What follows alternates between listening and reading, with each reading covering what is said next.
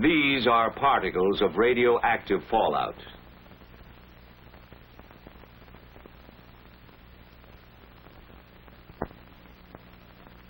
And this is how a single particle looks magnified several hundred times. A radioactive piece of matter from a nuclear explosion.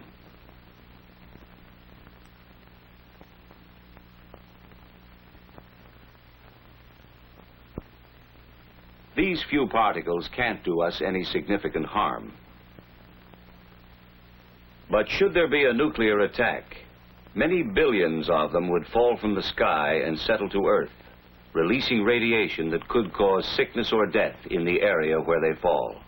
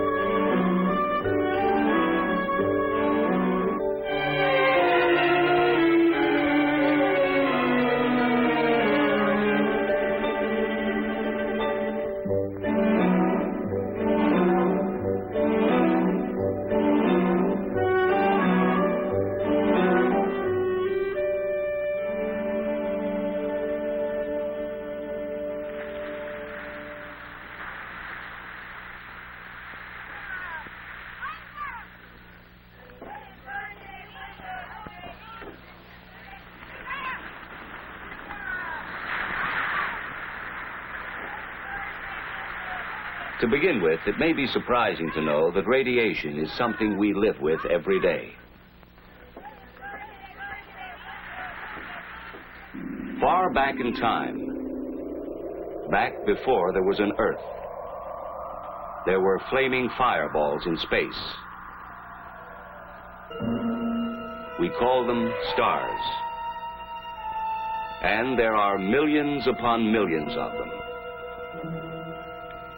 Each star, like our own sun, is a raging nuclear furnace that shoots out showers of particles too tiny to be matter as we conceive it, along with invisible forces that we call radiation.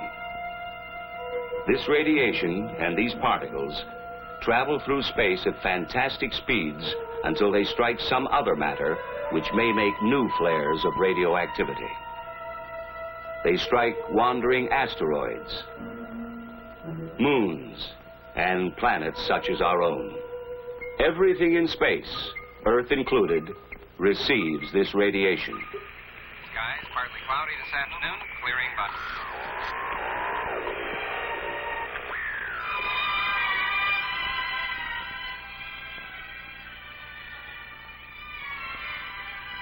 Background radiation is all around us in tiny quantities. Nature even planted unstable atoms deep inside the Earth itself.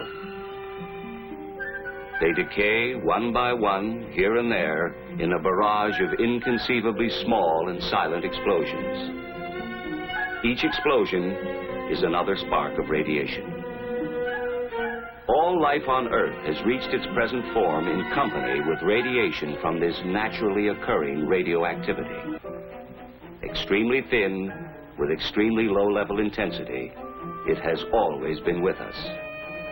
It is nothing new.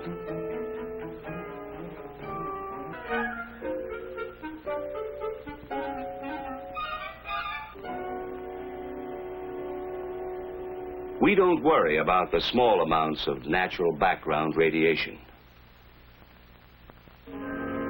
But to safely handle larger amounts, we must keep our distance and shield ourselves. For as the amounts increase, so do the dangers. The amount of energy generated by a nuclear explosion is enormous. Near the crater area, there is almost total destruction from blast and heat. And now, large amounts of pulverized debris and molten earth are pulled up into the mushroom cloud. This is where radioactive fallout is formed. The radioactive atoms produced in the explosion join with the particles of earth and debris. The mushroom-shaped cloud forms and climbs higher. It now contains billions of highly radioactive particles of matter that we call fallout. The strong winds of the upper altitudes go to work on the cloud, blowing it off in one or more directions. Gravity tugs on the particles. The larger and heavier ones sink toward the ground, while the lighter particles continue to drift with the wind. Some of the lightest particles remain suspended in the upper atmosphere. As time passes, their radioactivity grows weaker, so that the longer they remain aloft, the less dangerous they are. But the heavier particles, spread by high-altitude winds, fall to the ground within 24 hours. Several miles from the explosion, they are about the size of table salt or fine sand. These are the most dangerous, because they carry the greatest number of radioactive atoms and so emit the largest amount of nuclear radiation. Which brings us to an all-important fact. Deadly as radiation can be. And this gives us an invaluable ally: time. Suppose a nuclear explosion takes place at 12 noon. By 1 o'clock, the total force of the residual radiation is at a high level. By 7 o'clock, it's down to 1/10. In 2 days, although still dangerous, it's only 1/100th. But in 2 weeks, it's only 1/1,000th. With this decay rate in mind, consider radioactive fallout conditions which might confront us after a massive attack. Within an hour, fallout would be a serious problem in the vicinity of explosions which occur on or near the ground. By 7 hours after the attack, the fallout area covers more and more of the country as the prevailing winds expand the fallout in a downwind pattern. 24 hours. 48 hours. Without shelter, millions would face death. A few days later, those who have taken shelter will survive. In many areas, people can even leave shelter for brief periods of time to carry out important tasks. Within 2 weeks, most people can leave their shelters for longer periods as the radioactivity decays to lower levels. The lesson is obvious. We must shield ourselves from radiation through the dangerous period.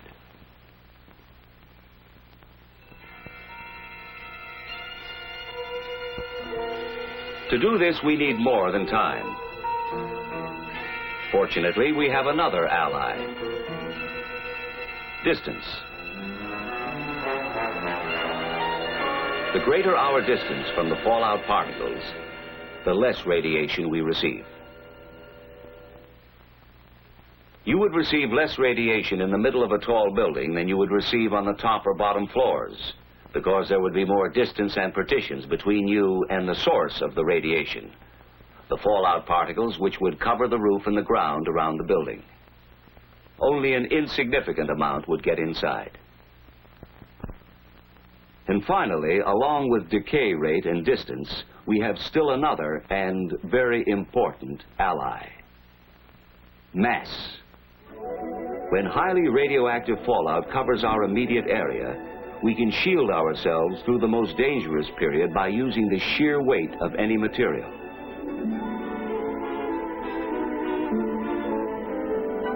But the protecting material must be heavy.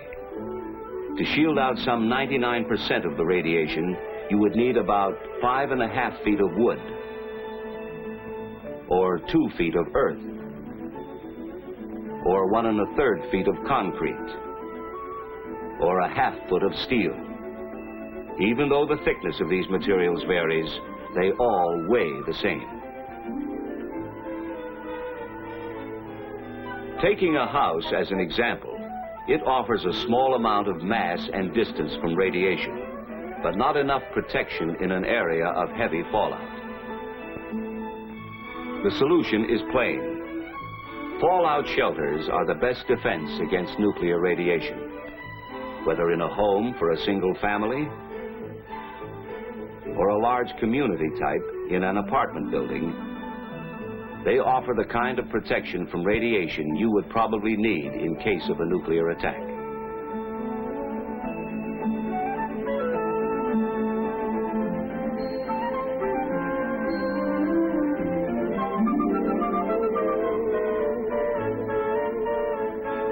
But the best shelter would be worthless unless it was used. Most people find it hard to understand how silent, invisible rays, which cannot even be felt, could be so damaging. Let's see what happens when radiation penetrates the body and attacks the cells. What is a cell, and what happens when it is attacked? It's a simple organism, which reproduces itself by dividing. Our bodies are made up of millions of cells. They're the building blocks of our blood and tissues. Now, powerful radiation strikes, and cells are injured or destroyed. If radiation stops before the accumulated dose is too great, almost all of the damage eventually will be repaired. If radiation continues, there are some cells less able to function at top efficiency. Should the body fall behind in its recovery, severe illness or death could result.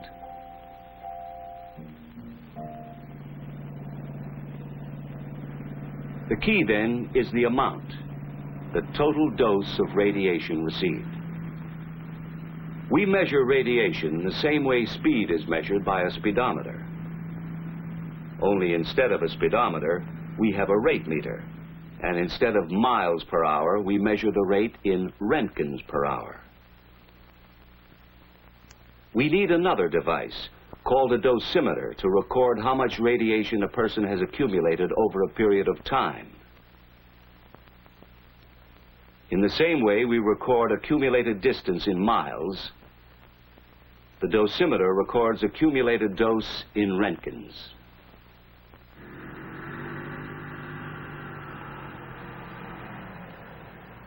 With this in mind, let's return to background radiation. In an average lifetime, a person might expect to accumulate about 10 Roentgens from his natural environment. Not enough to affect his health.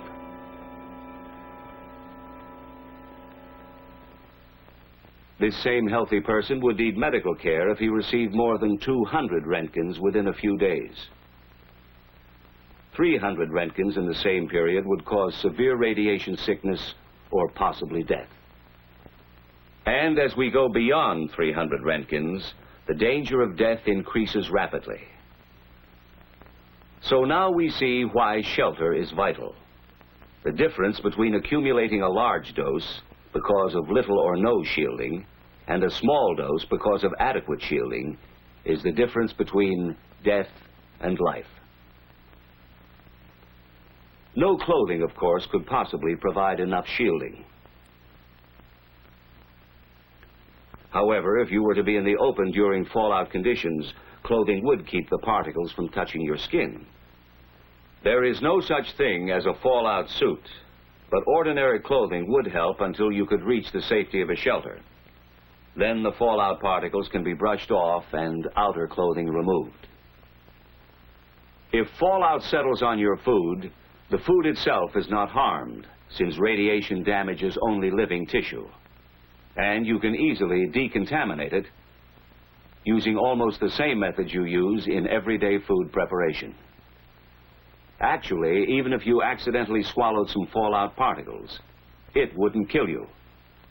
The effects, if any, probably wouldn't show up for years. Still, since there is a possibility of long-term effects, such as shortened lifespan, cancer, or hereditary damage, it's wise to remove the radioactive particles by simply washing, wiping, or peeling. But it's vital to remember this: neither water nor chemicals can destroy radioactivity. The fallout particles can only be moved or washed away. Only time can reduce their potency.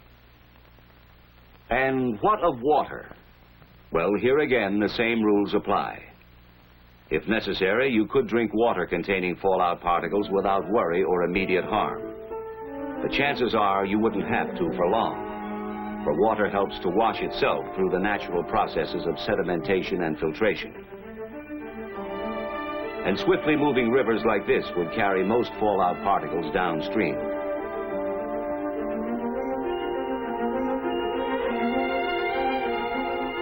In still waters, most particles would settle quickly to the bottom. Others might remain suspended in the water for a long time, while a small percent of the radioactivity would dissolve.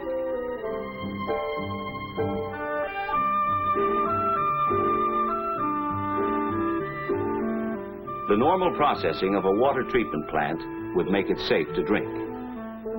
And water coming from a covered well would be safe from radioactive contamination.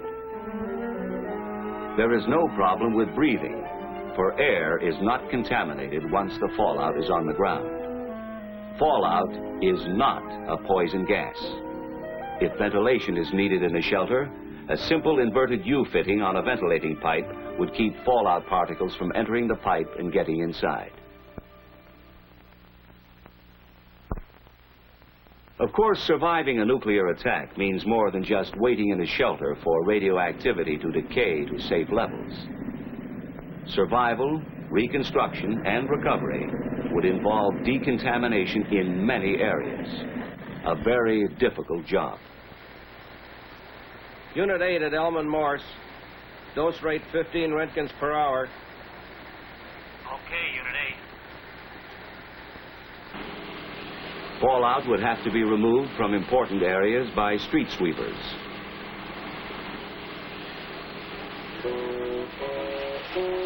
And the remaining particles could be flushed out of the way.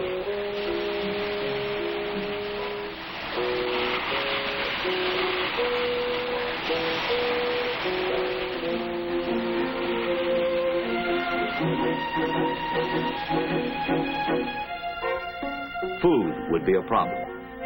After a nuclear attack, we would first use existing food supplies from shelters, markets, and surplus food storage.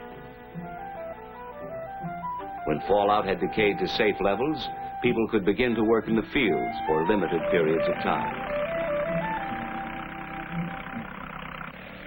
In a few areas, the land would not be suitable for food, but such crops as cotton could be grown.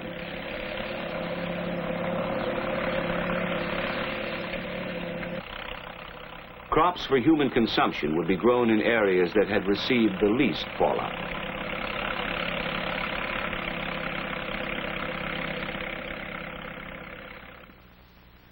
The reason we would be able to grow and eat food planted in this land is that the transfer of radioactivity from soil to plants is extremely low.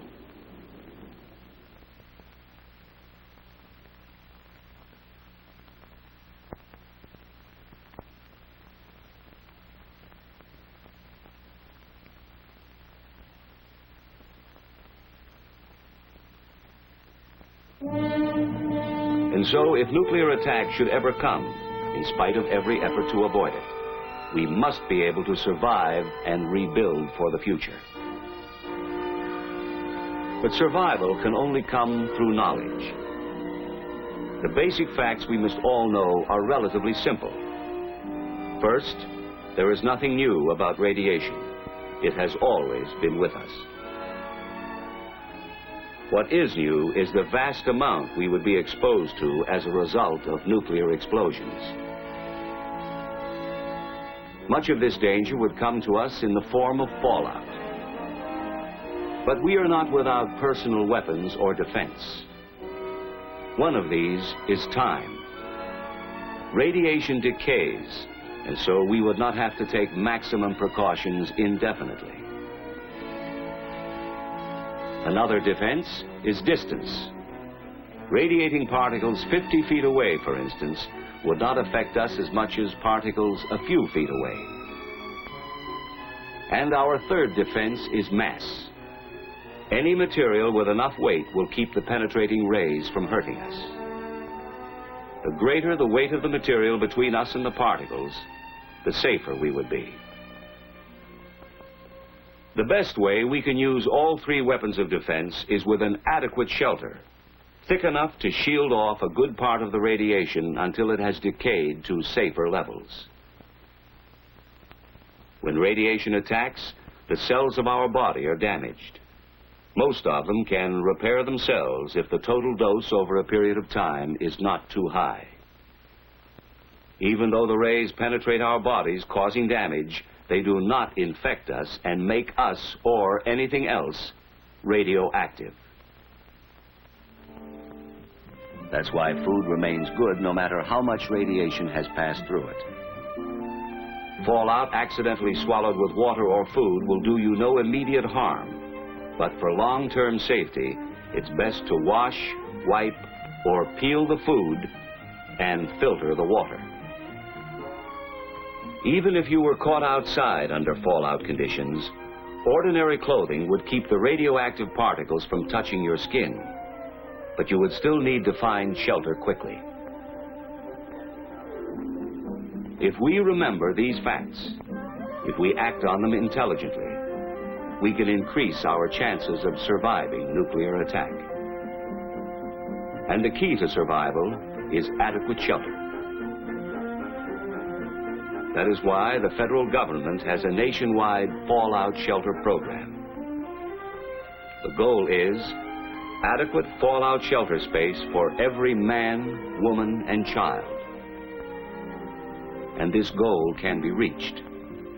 For with knowledge of radiation, we can face the facts about fallout, take action to protect ourselves, and learn how to live in the nuclear age.